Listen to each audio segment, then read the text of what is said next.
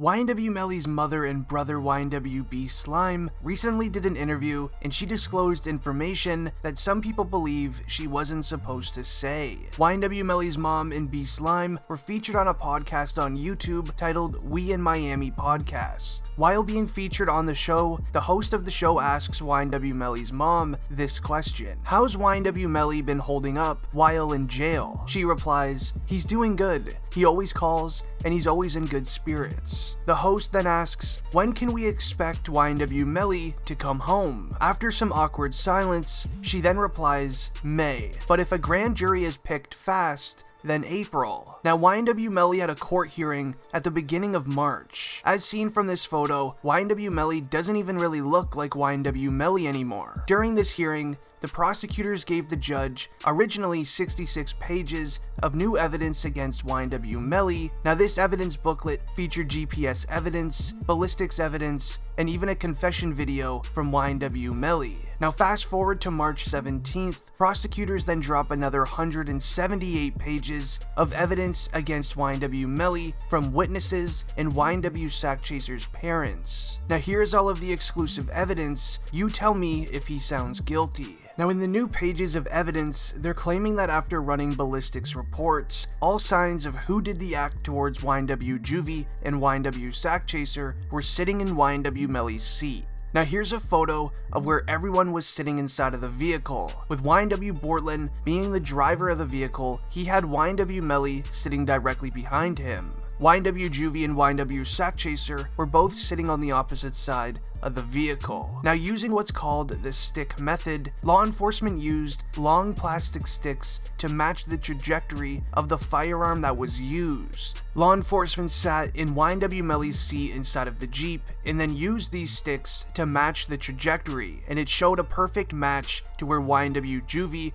and Ynw Sackchaser were affected by a firearm on that night. Now, also, in new evidence reports, it claims that once the act was done inside of the vehicle, law enforcement were now able to use Ynw Melly's cell phone as a GPS tracking device. Now, around the time that it all went down, law enforcement saw that Ynw Melly ended up leaving the Jeep inside of this abandoned parking lot and started walking around his Jeep in a 360-degree motion. The theory is, after the act was done inside of the vehicle, Ynw Melly stepped out of the car and roughed up the vehicle from the outside, using the same firearm that he used against Juvie and Sackchaser. This way, it would appear as if the vehicle went through a drive-by, which was Ynw Bortlen's excuse when he finally drove the two to the hospital. Now, this theory seems true, as the shells that were found from the firearm outside all over the pavement and the grass are the same shells that were found inside of the vehicle, under the floor mats where Ynw Melly was sitting. It turns out Ynw Melly and Ynw Bortlen never ended up cleaning the inside of the vehicle from firearm shells. The next concerning part of the evidence is in the new files, where Ynw Melly's lawyers ask Ynw Sackchaser's mom this question: "I would like you to tell me what information you have gathered to show that this felony was committed for a pecuniary gain." Now, Sackchaser's mother replies saying, "Please tell me what your definition of pecuniary gain is." With Ynw Melly's lawyers replying, "By statute, it means he committed this crime to make money, or whatever you have." This is when Sackchaser's lawyers reply, "Well, there was, and in throughout a search warrant through Facebook, as well as through Ynw Williams' testimony. Now, there was money that was being brought to or was going to be awarded to Ynw Williams, aka Ynw Sackchaser. Now, Mr. Williams was supposed to get $200,000, and that was in text messages, and I believe also in Facebook messaging, as well as the mother's testimony. That money apparently was never obtained by Mr. Williams either." With Ynw Melly's lawyers replying, "Okay, do you know who is going to allegedly pay that $200,000 to Mr. Williams?" They then reply, "Well, I believe it was gonna come through the record label. How it's paid out,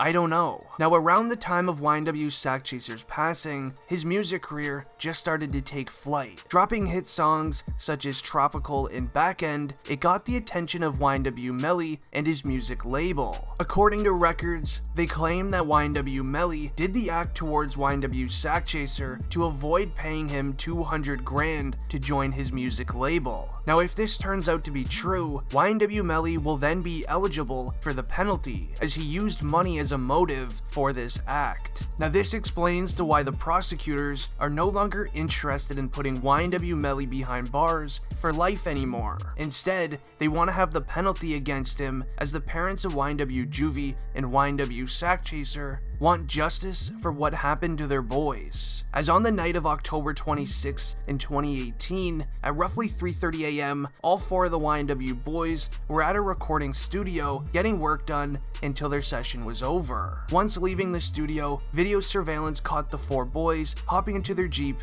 and heading home. Now, while driving home, the driver of this day was Ynw Borland. Him turning into a random abandoned parking lot on the side of the street was suspicious to law enforcement. But it would be the perfect spot for something like this to happen, as there is no witnesses nearby and nobody would hear a firearm being used. Law enforcement believed that the car was parked into this side parking lot. This is when a distraction was then made within the vehicle. That's when Ynw Melly, from the back left seat, used a firearm towards Ynw Juvie and Ynw Sack Chaser. Now, they believe this is what happened for many different reasons, as Ynw Melly ended up texting his girlfriend at the time 2 weeks later on Snapchat saying, "I kept Borland with me because at the end of the day, he did one of the realest stuff in my life," as well as the very suspicious activity of what went down after this so-called drive-by occurred. Now, if you would remember, Borland and Melly said a drive-by occurred, and in this situation, only Ynw Juvie and Sack Chaser were affected.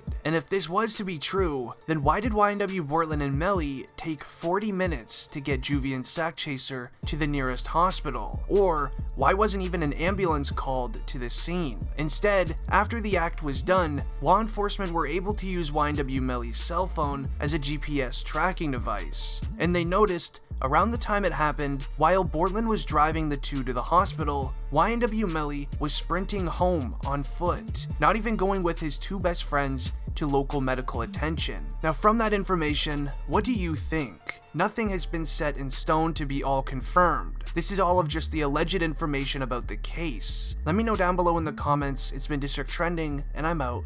Peace.